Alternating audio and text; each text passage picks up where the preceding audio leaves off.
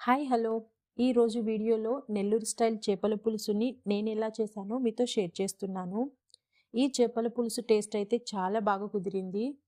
మాకైతే వండిన తర్వాత వేడి మీద తిన్నదానికంటే ఓ పూట చల్లారాక తిన్నప్పుడైతే అద్దిరిపోయింది టేస్ట్. ఈ చేపల పులుసుని నేను చెప్పే ఈ టిప్స్ని పాటిస్తూ యాజ్ ఇట్ ఈజ్గా చేయండి, మీకు కూడా చాలా బాగా కుదురుతుంది. మరి నేను ఎలా చేశానో చూసేయండి.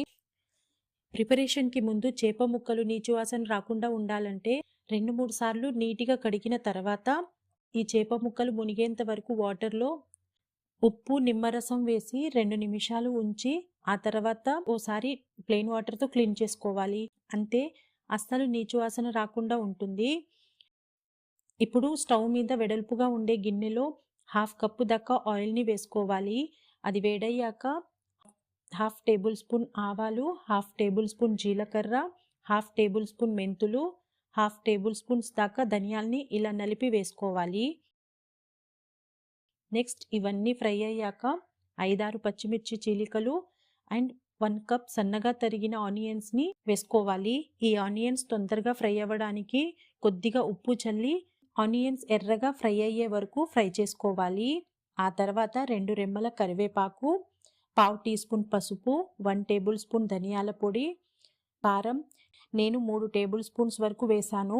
చేపల పులుసుకి కారం కాస్త ఎక్కువే పడుతుంది, అప్పుడే టేస్ట్ బాగుంటుంది. వీటన్నిటిని కాస్త మగ్గనిచ్చి సన్నగా కట్ చేసుకున్న కొత్తిమీర తరుగు కాడలతో సహా వేసుకోండి. కాడలు ఈ ఆయిల్లో ఫ్రై అయితే బాగుంటుంది. 3 టొమాటోస్ని గ్రైండ్ చేసి ఇలా ప్యూరీ చేసి వేసుకోవాలి.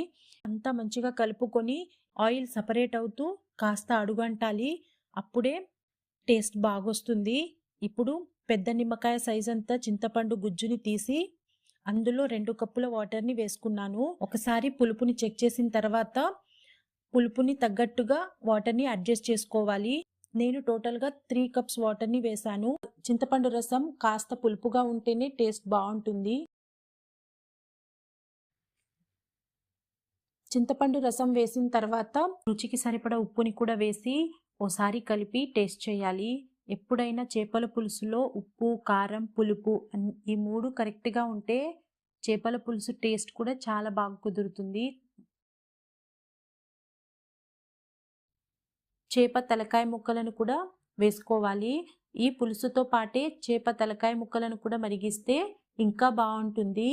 ఇలా ఓ 10-15 నిమిషాలు మీడియం ఫ్లేమ్లోనే మరగనిచ్చి ఆ తర్వాత క్లీన్ చేసిన చేప ముక్కలను వేసుకోవాలి.